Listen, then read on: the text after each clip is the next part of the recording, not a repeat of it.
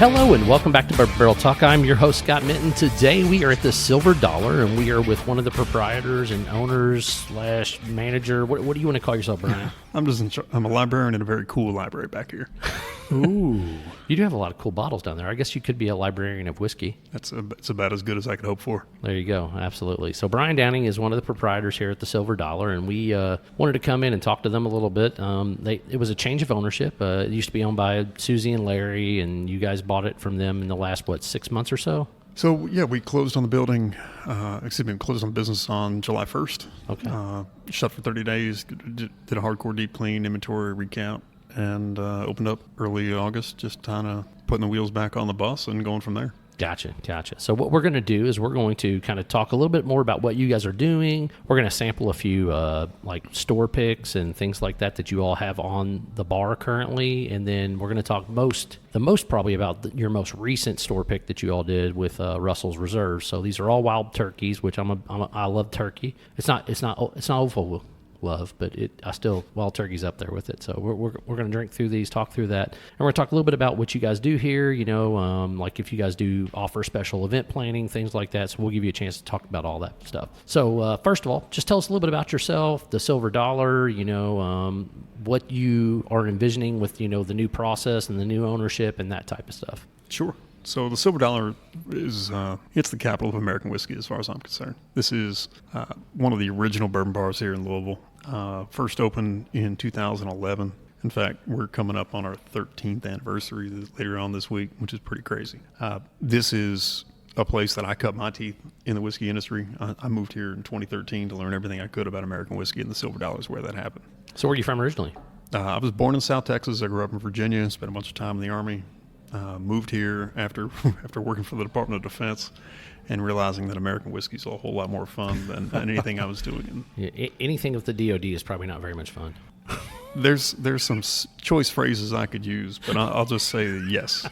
Yes. All right, fair enough. Back to moving to Kentucky. Sure. So moved here in 2013 to learn everything I could about American whiskey, and Silver Dollar was where that happened. So I've done every job in the building here. I ran food. I bussed tables. I was a server, bartender.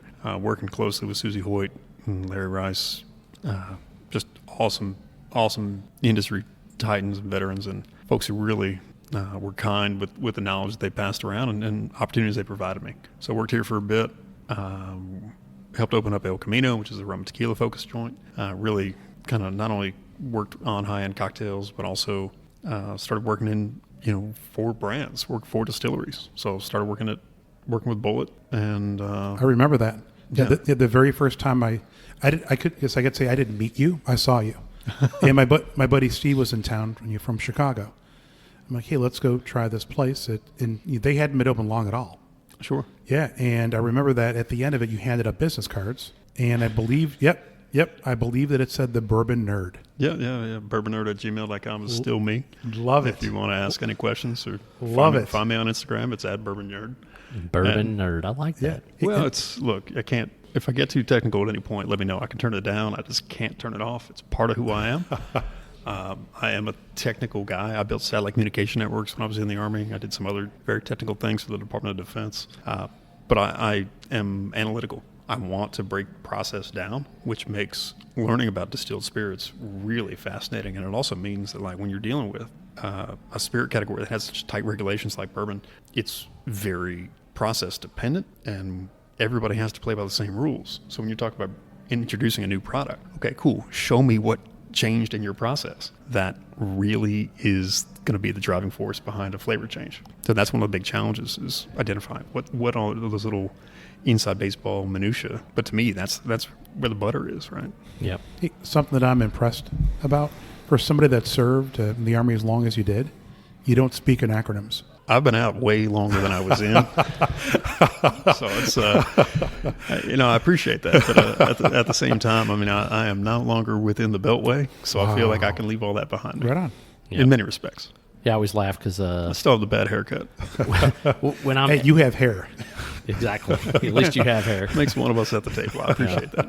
Yeah. When I'm editing, our episodes come across, they say BBT, dash, and then whatever the episode is. And I always laugh because every time my brother's over there and I'm editing, he's like, Bravo, Bravo, Tango. And I'm like, good Lord. Like, it's like, so it's innately in my brain. Like, whenever I start seeing letters, I start talking in military. I can definitely crank out the phonetic alphabet without thinking about it. Yeah, 100%. So, all right, first, let's talk about the food. So you were nice enough to invite us in. We tried an array of different things. We tried the catfish and the burrito tacos and some kind of sandwich. Was it a brisket sandwich? Yeah, smoked brisket sandwich. Smoked brisket sandwich. What else did we have, Brian?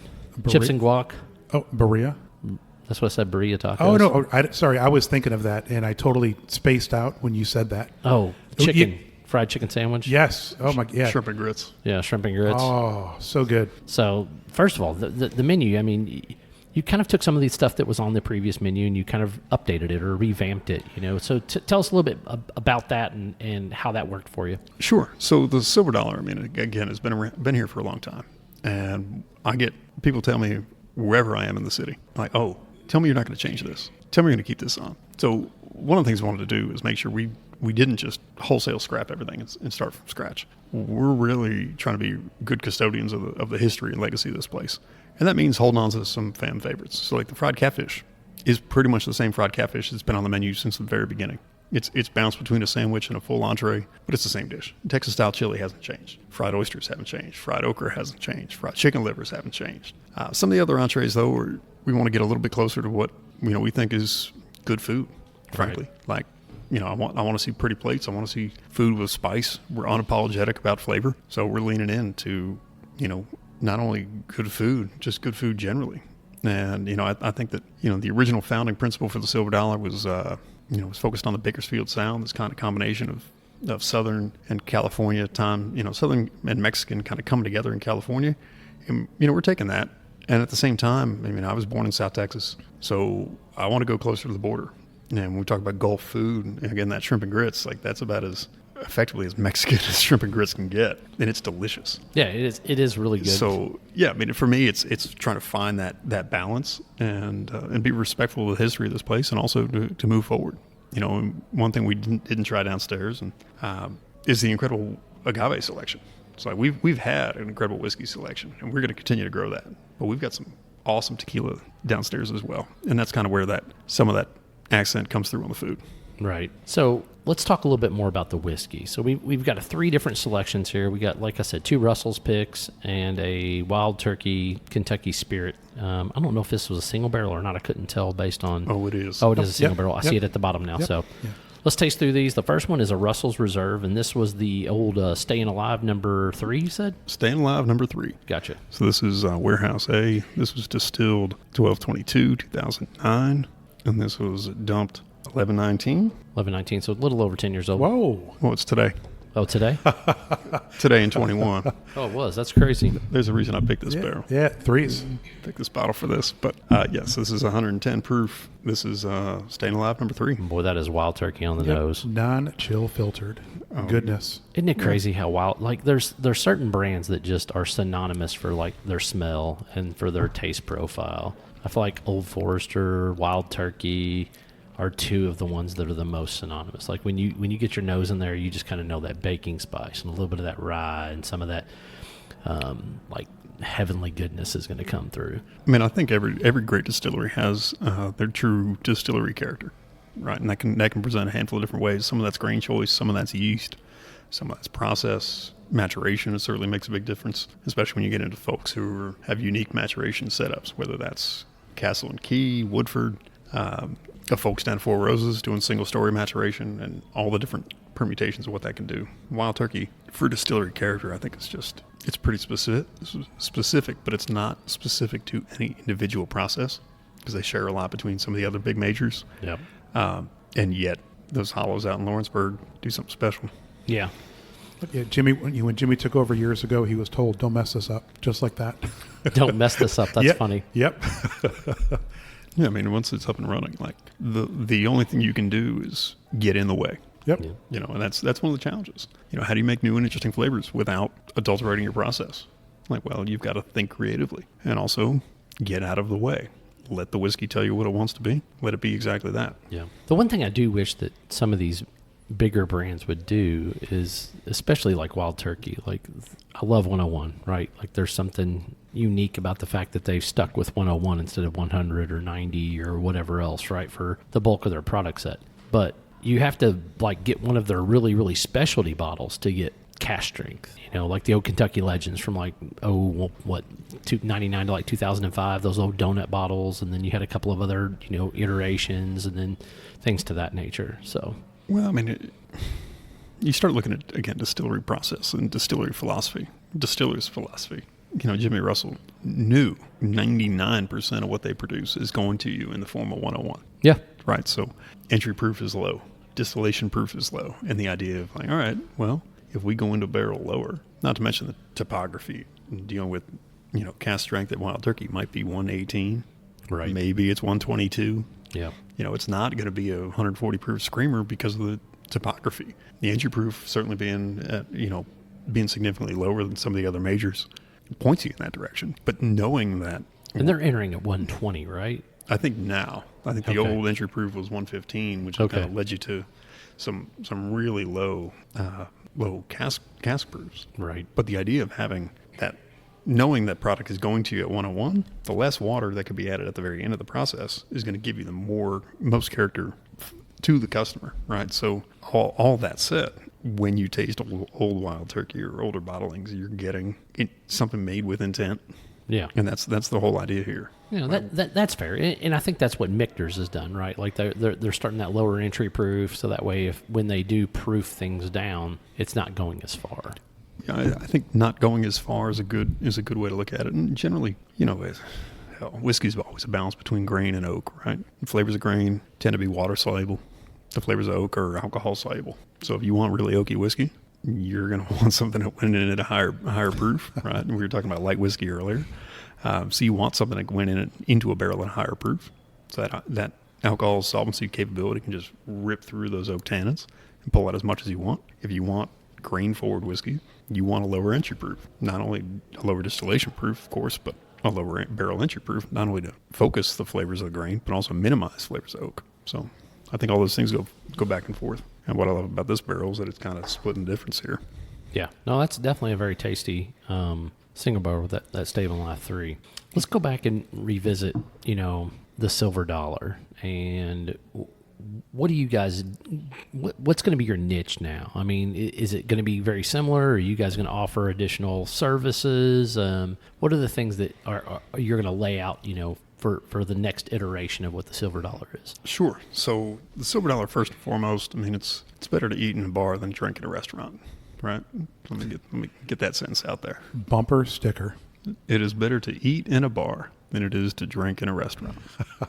And you know exactly what I mean when I say that. I do know exactly what you mean. Some of my favorite places to eat are little dive bar type places. But yes, go ahead.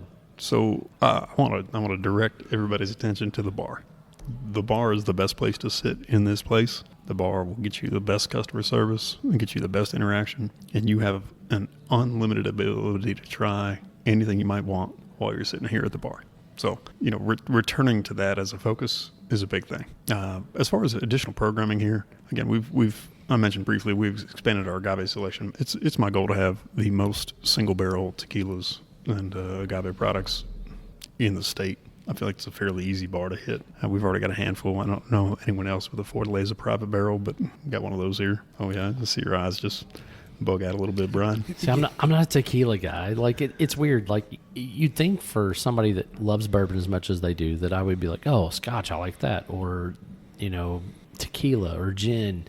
Like those are just not my thing. Like any kind of clear spirits. Now I will say, if I'm going to drink tequila, it's most likely going to be Reposado or Añejo. It's going to be one of the ones that are finished in a barrel. But like when my buddies get together and they're sipping on $500 bottles of tequila, or mezcal or whatever, I'm completely lost. No, hey, look, everyone needs to get in where they fit in. I'm not going to tell anyone how to drink their spirits or what to like. But if you come here and ask questions, I'm happy to pour things and find a perfect one for you. Upstairs, we're in the private event space right now, and again, this is something that's going to see a few iterations of upgrades and changes as we kind of decide where we're headed here. But We've got cocktails on draft up here. We've got a brand new bar being built up here, and excited to host events here throughout the holiday season and into the new year. So what's the capacity for seating up here? As it's currently configured with us in here, we can seat 40 folks plus a table for the guests of honor, as it were, plus a handful, maybe 10 or 12 here at the bar. So it's a pretty flexible space, pretty modular. We have done some big education events up here, and again, that's something we're looking forward to doing. So the big thing that changed here is we've officially picked up our retail package license. We have our vintage distilled spirits license, and we have a sampling license. That means we can have suppliers in here. They can pour product. We have vintage distilled spirits, which means I can go out and hunt for the best things that I want to bring in. And then, of course, retail package allows us to effectively work as really your whiskey concierge. So not only can we sell you things that we think you're going to love, most of that's going to be prop barrel stuff, but if there's something else that you're hunting for and you can't find anywhere else, that may be something that we have in-house or something we can go out and get for you. So how do you keep... So if somebody were to just log in, they may have... If they would have logged in 5 minutes ago, they would probably have no idea that you own a bourbon bar and restaurant. Like, by the way that you're talking about distillation and proof and this and that. I don't know if I've met another owner that has your background. Well, I think that's interesting. And that may be... He did say bourbon nerd. Yeah, right.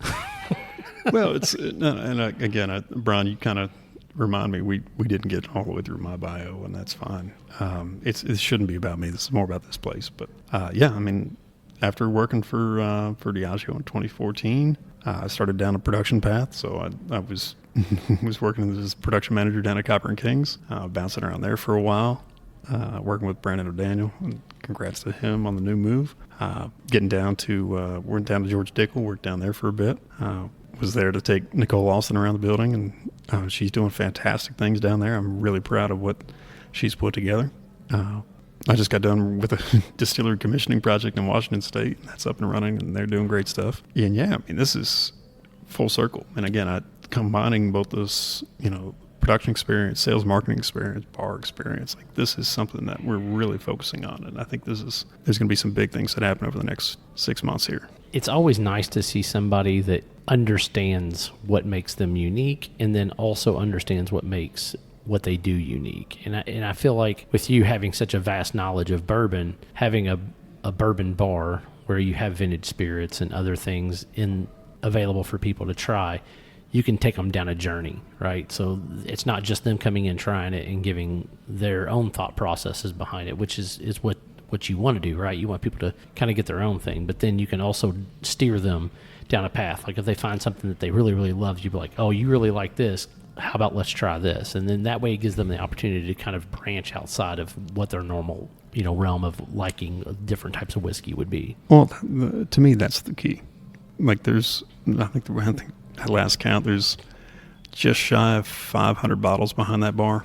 And most of those are Kentucky straight bourbon and rye. There's a few things from outside the states. I've started to bring in a few different products from distillers that I respect and I like. I think we've got some Todd Leopold stuff behind the bar. Leopold Brothers does a fantastic job with some of their stuff for sure. Todd's one of the best in the industry, both as a distiller and as a person. Yep. Yeah, they're 3-chamber. Yeah, from my understanding, that I forget the name of the distiller, but there's another one that is building a 3-chamber because they really like what you can do with it. It's Todd will say it. It's an oil extraction machine, and it produces some incredibly rich whiskey. It's almost, for many folks, it's too rich to drink on its own. You almost need to cut it with something else. But again, that's the origins of that still directly. Mm-hmm. So what I really want to be good at here is guiding folks to their perfect pour. And to me, that's something that, you tell me what you like flavor-wise. You tell me what you normally drink or how you normally drink your whiskey, and then we can guide you to that perfect pour, whether it's something we've already selected because of its polarizing capability or because we know it's a sweet spot for most people. And when we try and have our barrel picks go back and forth, we want that give and take between something that's a slam dunk. Slam dunk. Grand slam dunk. I want a grand slam dunk. We got lots of sports analogies going here. That next maker's pick will be a grand slam dunk. Yeah, it sounds like you want to be the whiskey match, like the whiskey matcher of like what Match.com is, where somebody can come here, they can tell you what it is that they've don't like, and then you could just kind of connect them to where. So before, what kind of training have you been doing with your team? So that's a great question. We just brought in a brand new manager to kind of be in charge operationally on the floor. Local person? Yeah. So Jay York is behind the bar here and kind of running things on the floor. He's fantastic. He's got a lot of experience in the industry, and got some young guns in behind the bar. And I think these folks are they've shown a lot of promise so far. Basically, we're getting ready to take. Well, we've got some of our first field trips under our belt, but we're doing our first barrel selection next week, which to me is going to be again first barrel selection with this crew, but a chance to really learn and explore and to see not only the entire process, but also to really get into my head as we do this live. Right. How many hours do you have set aside for the barrel selection? Because I could see you just going step by step by step with them, explaining everything. Well, again, it's a bit of a give and take. I mean, this is going to be down with our friends at Heaven Hill, and I've known their barrel selection team for some time. The first barrel I ever selected down at Heaven Hill was actually a JTS Brown bottled and bond. Oh my goodness! I have one somewhere. It's the one and only. Yes. The one and only JTS Brown that's ever been picked. That's a whole story in and of itself. That's my thing. Like, why don't more distilleries do that? But I get where you're coming from, though, right? Like, I mean, it's a whole lot of lift for a $17 bottle, I guess, but if you are a liquor store or a bar or a restaurant and you want something special and unique, I understand it's a whole lot of lift, but is it really that big? Is it any harder to do that than it is to go ahead and do Wild Turkey 101, which is the new one, because we're getting ready to try some Kentucky Spirit here, right? Like, sure. That's what it's replacing. So I'm like, is it any more difficult? I mean, it is, but it isn't. You're just pulling barrels off the rick house. You know which ones are which. You're making people, so those people that are in that line of work that are listening, you're making them cringe. They're like, he has no idea what it is to do a single barrel, to have to clear out the lines. They're bottling anyway. So, well, I mean, at this point, most of your big production facilities, I mean, have a dedicated single line bottling facility, right? And to your point, in many respects, like, yep, it's just pulling this barrel from this SKU, from this rick location and making sure it gets here. And here's the proof you need to proof it to. Now, what I love about cast strength whiskey is that there's none of those steps, right? Non-chill filter, it's great. When you're proofing it down to to a set proof, you got a little bit of work ahead of you. I think really it's the idea that, they only get to charge what they want to charge and what their distributors want to charge and what they want to purchase it at. So, like, you still have to, we buy all of our product from distributors, right? Right. They have to sell to a distributor. So if you're doing a JTS Brown bottled and bond barrel selection and your wholesale on it is, I don't know, for example, $10 a bottle, right? But they don't technically have to go through the distributor anymore. The majors have to. They really do have to? Oh yeah. No one's going to do a self-distribution at that scale. Like, you got to play the game. Yeah. I guess that's probably true. Again, legally they don't have to, but you're probably right. They probably have to play the game. They have to. Because to go outside of that would be preferential treatment, and that's something that everyone's real on guard about. So there's a lot of, people may not love the 3-tier system. I've been on all sides of it. I'll tell you, it has some idiosyncrasies for sure, but at the same time, like, it does what works. It moves whiskey. Everyone's okay with it here. I don't see it changing anytime soon. If there was a time, I think COVID would have flushed that out and got close, but direct to consumer is about as close as we might get. We'll go from there. Kentucky Spirit. Let's dive in on this bad boy. Sure. Yum. Man, I tell you what, there's something about these, like, dusty, like, pre 2014, 2015 bottles that are kind of like, there's something different about them. And I think honestly is what it is I feel like the bourbon boom kind of really started like 2015, 2016 when it started getting super popular again. And I think that when they started ramping up production, they didn't take as much care of how barrels were coming to them. And I think a lot of it boils down to, like, maybe things were season dried longer or air dried, or the oak that they were cutting was a little bit older. I don't know what it is, but, like, there's something unique about bottles or bourbons that are just barely a little bit older than what that 2015, 2016 area. So again, when you start breaking down process, you say, okay, wait a minute, what changed? Well, so you've got flavor on one side, and you have efficiency on the other. So if there's no demand for a product, you can take all the time you want to produce what you need to make. So like we don't see age statements in single malt scotch until the 80s. Why is that? Because nobody's drinking single malt scotch in the 80s.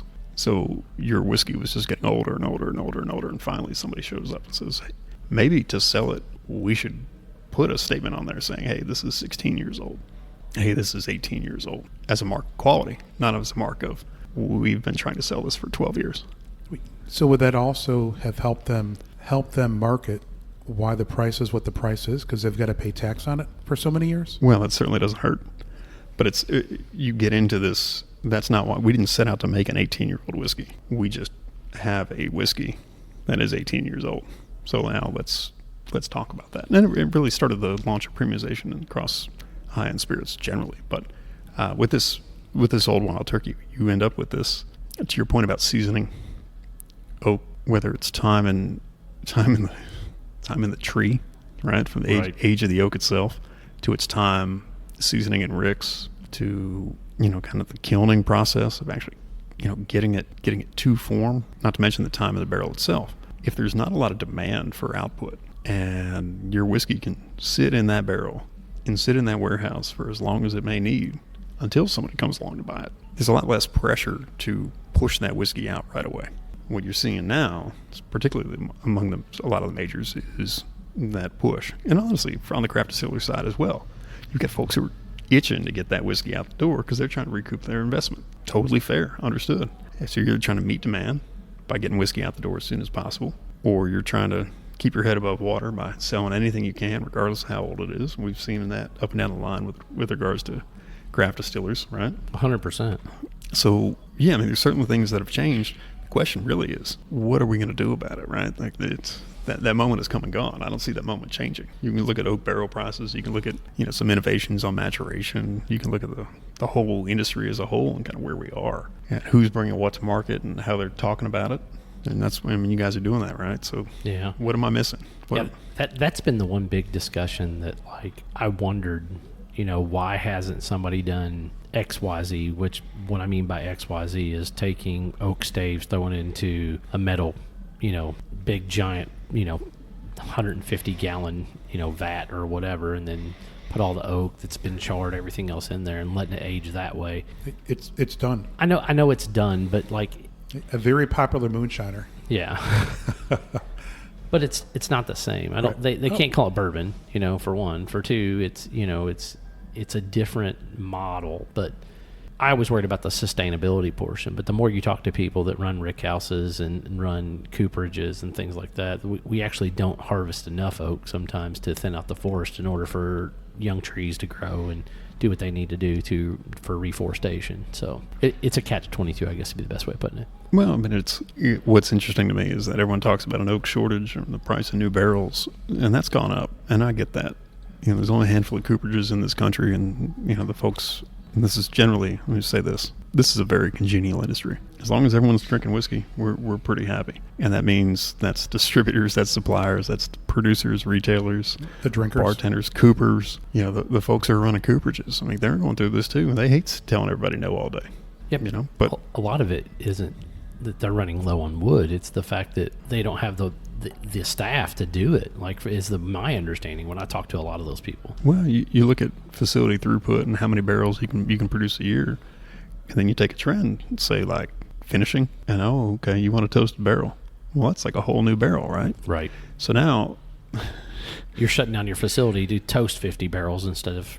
Well, yeah. If you say, well, great, I can make 500 new American oak barrels, charred a week. A day, right, depending on your scale, right? It's a week, and now all of a sudden you got a big client who wants 400 of those toasted and toasted only. Well, that's the same amount of oak, right? That doesn't get you out of there. It doesn't save you much time from a production standpoint, and it makes the price for new barrels that much higher. So it kind of chokes out some of your new competition. It actually slows you down when you really think about it. Well, in the name of what? Well, I mean, No. I agree with you. I just mean that. Like, yeah, no, you're right. Yeah. So now you're talking about a product for, you know. Yeah, when Woodford calls you and says, "Hey, I need 500 toasted barrels for double oak," you've got to make it happen, right? Yeah, somebody's got to. And at the same time, I mean, I don't know. I got my own conspiracy theries around. Ooh. Well, no, I mean that's really it. We can talk about them offline if you want. Yeah, Let's go now. No, I just think that there's an artificial demand for toasted whiskey. I think a lot of folks feel like they need to be in that space, regardless of whether or not their products are moving. And I feel it doesn't mean that there's not great things in there. And I'm not going to mention any brands, but I think there are really some innovative products. I've done a lot of work with Char 1, Char 2, Subchar, Rechar casks, 1 and 2 toasts. And at the same time, where's the consumer demand for it? Like, I don't know that it matches every SKU needing a toasted variant. Right. But it's not until everyone tries. And that, of course, puts the squeeze on everybody else. And it's also one of those, too, where there is no exact definition for toasted. How long it has to go, just like with the double oak product. There's double oak, there's double barrel. Sure. There's adding staves, there's adding chips, and what could be looked at as a gin basket of sorts. There's so many different varieties, and there really isn't any true definition. Well, the TTB has been fairly light on enforcing wood statements on the on labeling. But again, 100%. that's a whole different podcast. Yeah. All right. So that Kentucky Spirit, it's delicious. Let's get back to that. Yeah, Like it's got that dusty funk to it. It's nice. It's got those caramel notes, that baking spice that I just love about Wild Turkey. So what I love about this is exactly that. This is the highlight of this being a grain forward whiskey, in that it's a little dry, it's a little dusty, it's a little funky, it's yeasty in a good way. There's not a ton of barrel character here, and that's, again, I think by design. These are single barrel releases, right? So this is a product that we expect to have some sweetness to it. It's going to be grain forward. It's one thing I've always loved about Wild Turkey generally. They tend to be grain forward whiskeys. Some of my favorite whiskeys from anywhere in the world are grain forward whiskeys. That includes, Talisker in Scotland, Lagavulin, Kalila, any of these big smoky scotches. They're all grain forward, grain peat forward. Barrel character is not really a prime force. But this is exactly that. This is butterscotch, caramel, and that dust. To me, that's key. Yep, that dusty funk. I love some dusty funk. See, to me, the funk, it's sort of a stone fruit acetone. In that, like, acetone kind of gets you where you're not quite sure what's going to happen afterwards.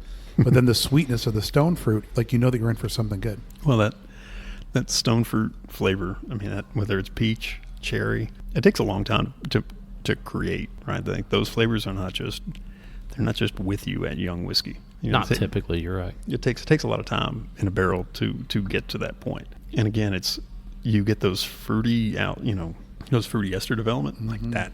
That to me is key. But that tells you oak was involved, but it's not a lumberyard. This is polished, right? And I think that's another distinction. Mature Wild Turkey, and again, I think the 15 year is going to be. The Russell's 15 this year is going to be my pick for whiskey of the year. It's the best thing I've had all year. So this last Russell's pick, man, I've been nosing this thing for a while, and it has a fantastic nose. So you see why I want to lead into this off that 14, that fantail. Yeah, like this is as close to old Wild Turkey as I've found. I mean, it's got that funky dust a little bit on the nose, but man, it's got like lots of rich caramel. It's got some nice soft tobacco notes. It's got that baking spice that turkey isn't synonymous for. I can't pinpoint the baking spice either, but it's some sort of liquid that is used in baking is what the nose is, and I cannot. Yeah, I would equate it to more like the actual spice itself, like maybe a little bit of like cardamom or maybe even like that. What's the other one? It goes with apple pie spice. It was cardamom, because I had some sort of an Indian drink, and it had this nose to the drink, and I was totally thrown off because I didn't expect that. But look at the legs on this thing. Oh, it's an oil, just extremely viscous pour. It's got legs for days. So is this one available? So now that you have a package license, is this available by the bottle? This will be available both by the bottle and by the drink here. Yeah, this is something we're very excited about. We're still now down a date for an actual launch event, but we're going to have.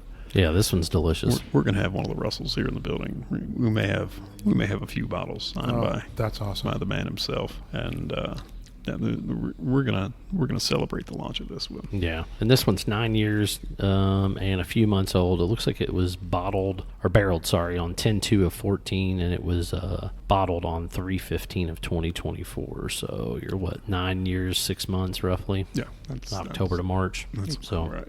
How have you had so much patience? Because I could just assume that you've got cases and cases of this that you look at.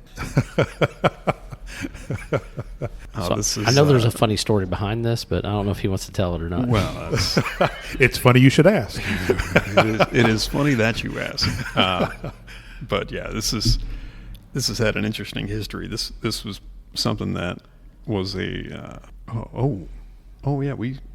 we forgot this one was happening. It's one of those kind of stories. So this is something that we're excited to be able to release here, and have this to be the first big package release for us is something that we think is pretty special.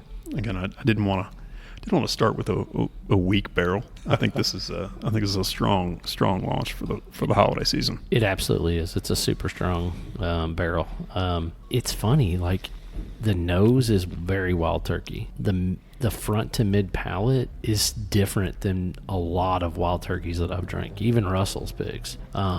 It's got so much more like sweet, subtle character, and that baking spice is more on the finish. It's like a punch in the back of your throat, like the old punching bag back there, the uvula or whatever it's called. Mm-hmm. Oh, it's But the nose, I mean, you could literally just nose this glass for forever. Yeah, this is a special bottle. This is where it'd be fun if we had we had cameras where we all see us just sticking around and sticking up our nose inside the glass, is moving it from side to side. I think the nose is so, like, I love a finish because you never know how long it's going to go, but there's something about watching stupid TV, just nosing a whiskey without the need to even drink it. It passes the time just right. Yeah, it's also that rich tobacco on the front palate. Like, it's got a ton of tobacco. Like, I mean, it's a ton right on the tip of your tongue. But not tobacco, or what you'd call it pipe tobacco. Yeah, like pipe tobacco, in a bag, not in a Yeah, actual stogie. Or well, I mean, it could be like almost like a swishery sweet, like I was gonna say acid that. cigar. I or wasn't something sure like what that. kind of look I get from you all, because I don't know if that's an insult. Although he does love great whiskey and bad beer, so I can see where a Swisher Sweet would. It's just got that sweet tobacco flavor, right? Like yes, I would definitely put it more synonymously with what your grandpa's pipe tobacco would be. But it's, for dudes that, smoked cigars when they were, 18, 19 years old, or as we did, because we were a little bougie, we drank them DeJorum, the old, what are those things called? Clove cigarettes. Clove cigarettes. Wow. So if Big League Chew had blast from the past, if Big League Chew had tobacco flavored, that's what this is on the nose to me. Yeah. So one thing I think is really interesting about this is that we've got a lot of complexity in this glass. This is a fairly light drinking whiskey. Oh, like it's heavy. Insanely. It's heavy bodied. Yes. It has texture. It's rich. When I say it's light, like it's not. It doesn't drink anywhere near 110. No, It doesn't. It drinks way under 110, and then it also, it's not a char bomb. There's not a lot of hard edges in this whiskey, which again, from a pairing perspective, I mean, this makes it incredibly food friendly that way. And I would think the majority of people, if they had side by side the first pour and the last one, they may not think that they're both Wild Turkey if they were just drinking a blind. No, because they're very, very different. This doesn't taste like Wild Turkey to me. It does a little bit more like what your Dusty Turkey is. Yeah. But to me, it's almost more reminiscent of like super, super old Wild Turkeys, like almost like when I was talking about those Kentucky Legend bottles from like the early 2000s, late 90s, or Rare Breed when they came out, like what was it, like early 2000? Rare Breed? Yeah. 2003? Yeah, it was 03, 04, something like that. Well, Wild Turkey 03 RB is like the WTB. Yeah. WT 03 RB. Yeah. That's but I've got them. I have plenty. I have. Oh boy. That makes two of us. Yes, and I have the small ones. The 50 mils make incredible gifts. Truly. You can send those to Clarksville, Indiana. I may or may not have scooped a handful of those before those disappeared. And They make great stocking stuffers. Yeah, there was a liquor store that has been gone for a number of years that was on Bardstown. And I walked in there and I looked behind the counter and they had a case. And the 375s, I think that they were cases of 12. Oh, wow. Yeah, and I took all but 2. I'm big on the Karma side. And I think I paid $18 a piece. All but 2. No. You got to leave some on the shelf. I don't disagree. Also, and I have shared a number of those. Spirit if not letter. I have one of those in my car, as a matter of fact. I know I have. Sealed, folks. Sealed in the car. Oh, of course. Sold in the car. Well, no, yeah, it's in the back where I can't reach it. There you go. Please drive responsibly. Drive and drink responsibly. I tell you what, man. When Steven told me, "Oh man, Scott, you really got to come try this. You really got to try this." I mean, he literally he probably called me, and texted me at least a dozen times or more, and I'm like, I don't know, man. I've had a lot of Russell's picks. Some of them are really good. Some of them are just meh. Oh, well, I mean, again, it's just something that I don't like raising my voice about, but it's a special whiskey. I mean, you got clover honey in there. You got a little bit of spice. For me, that's kind of starts as cinnamon, gets deeper. Gets into that kind of allspice category. It just doesn't have any hard edges, though. I keep going back to that. Yep. Yeah. A lot of the spice stays on the roof of your mouth. For me, I keep on trying to what would be rub it off the roof of my mouth. Yeah, it's 110 proof whiskey. There's no burn here. Yep. It's all, for me, it's all forward on the palate, which makes it pretty food friendly. Yeah. I can drink this all day. So I'm doing my best. Yeah. So of all the plates that we had today, what food would you think would go phenomenal with that Russell's Reserve pick?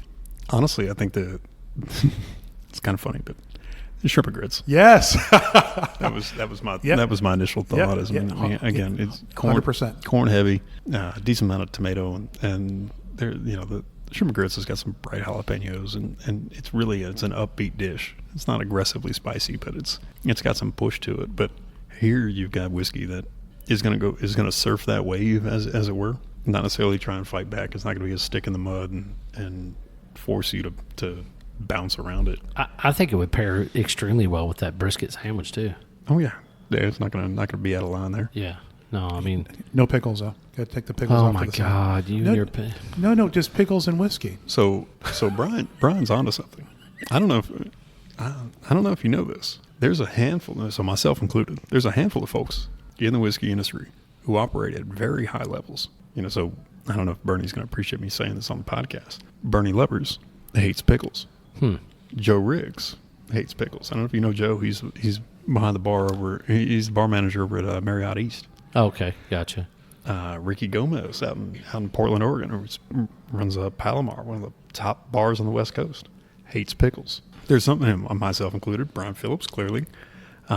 There's something about having exquisite palates and great taste that, So I will say, Wait, I think would you mind there's a passing down that difference. Russell's Reserve? There's a difference between a pickle and a pickle. Oh, here he goes. See, I love pickled things. Right.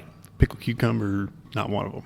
Pickled carrots, pickled garlic, pickled cauliflower, fair game. Yeah, but like I said, there's a difference between a pickle. There's a difference between getting a Vlasic off the rack, right, and getting a Pops pickle. Hey, Scott, so what's your history with pickle? I mean, just share it with the listeners, because I don't know that I really even have a history with pickles as much as it's the fact that I thought our family's made pickles for years. I mean, my grandmother had an old family recipe, and it's a bread and butter recipe with garlic and onions and all the pickling spices that you would usually use. And we mainly make bread and butter pickles. So I will say that. So ours are sweet pickles. Now, I've taken it the next step. So when we do it, I'll add a little heat to it because I'm unapologetically, I like spice, right? So, you throw a couple of jalapenos in there, or you could throw a Serrano in there, just to kick up that heat level with the sweetness. But yeah, there's definitely a difference between a pickle and a pickle, I guess would be. It's just like you can't compare Clyde Mays to William LaRue Weller. I mean, you just can't. No matter how much you try. There's a difference between bourbon and bourbon. Is that a capital B? It is a capital B for sure. Yeah. So I think fair. that's what I would say. You know, it's just like I like pickles, but I hate olives, and there's some people that love olives. Oh, no. It's that same briny. No.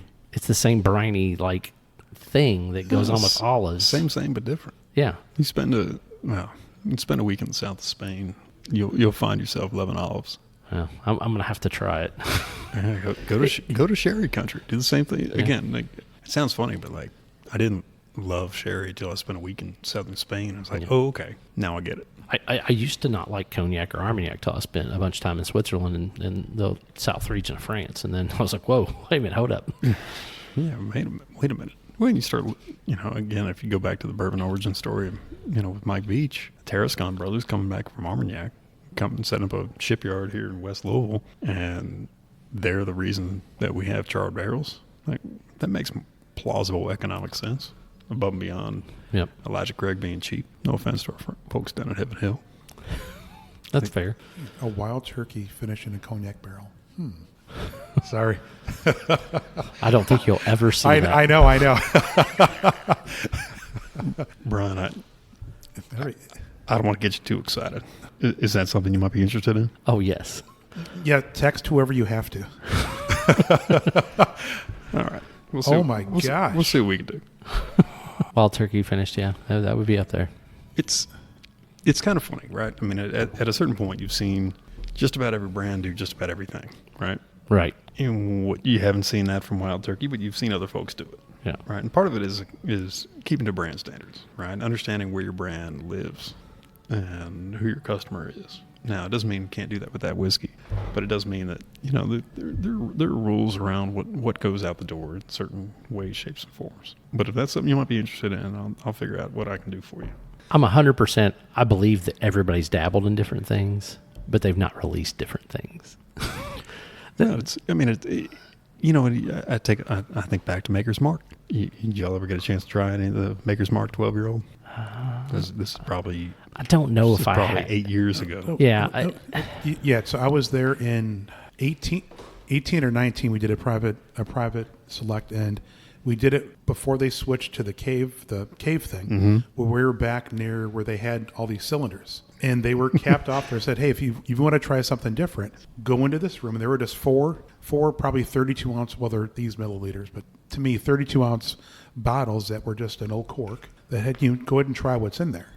And I remember, I'm like, really? And I tried what was in there. I'm like, it tasted familiar, but also incredibly different.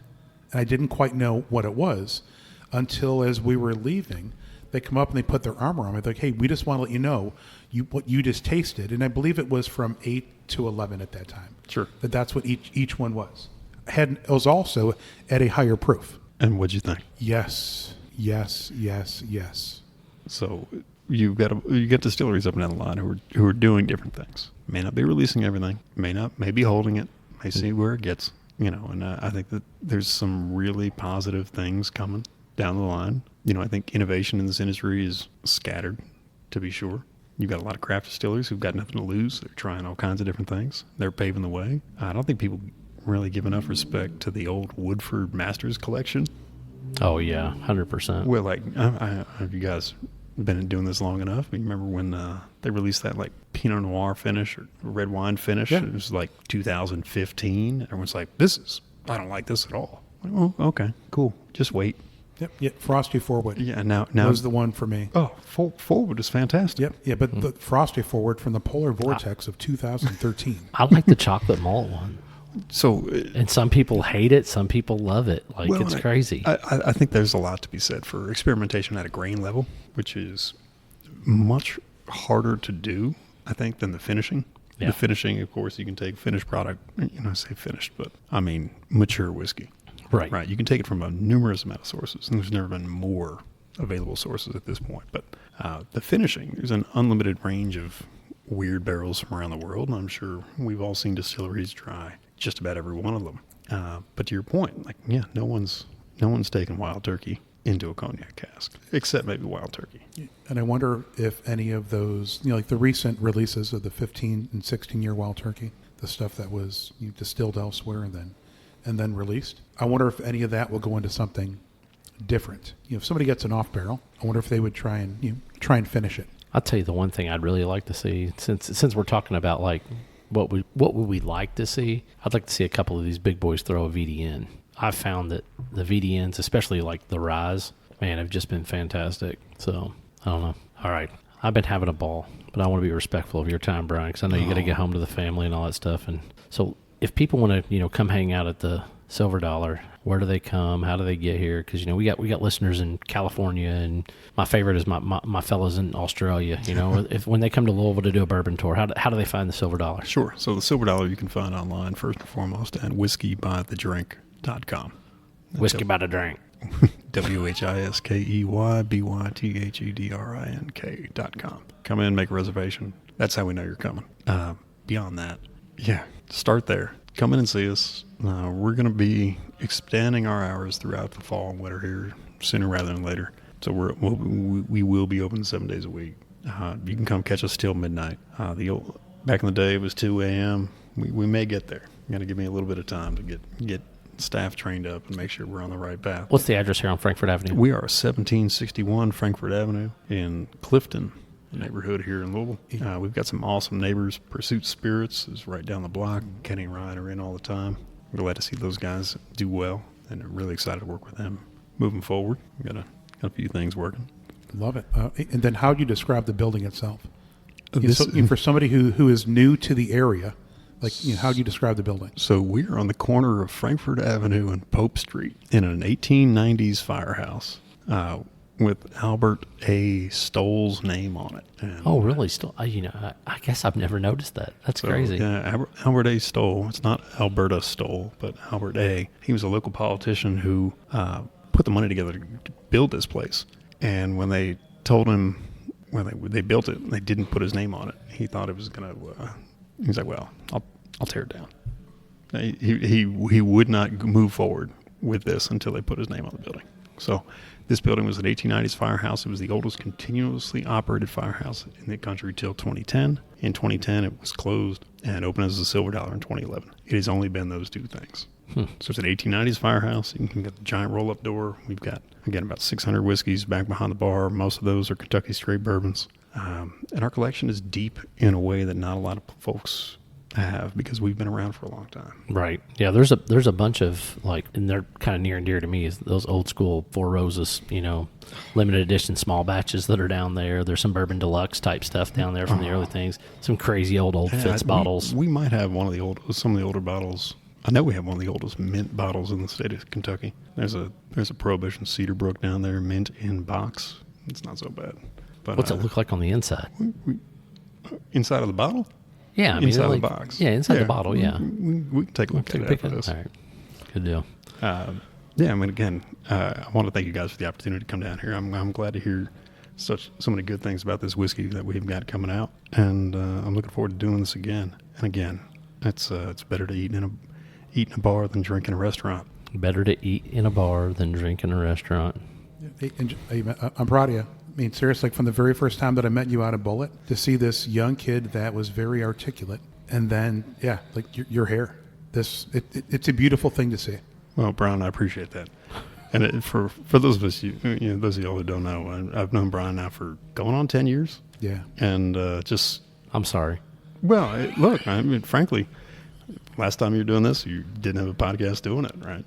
Yeah. So again, congrats to you, and for making this happen. This is it's a fantastic whiskey journey, and that's really, I think, the thing is, there's a perfect whiskey journey, perfect whiskey out there for everybody. I believe it. And Louisville and the Silver Dollar, to me, is a great place to punctuate your whiskey journey. Absolutely. So while you're here in Kentucky, and everybody is on their own whiskey journey. Oh, that's it. Yeah.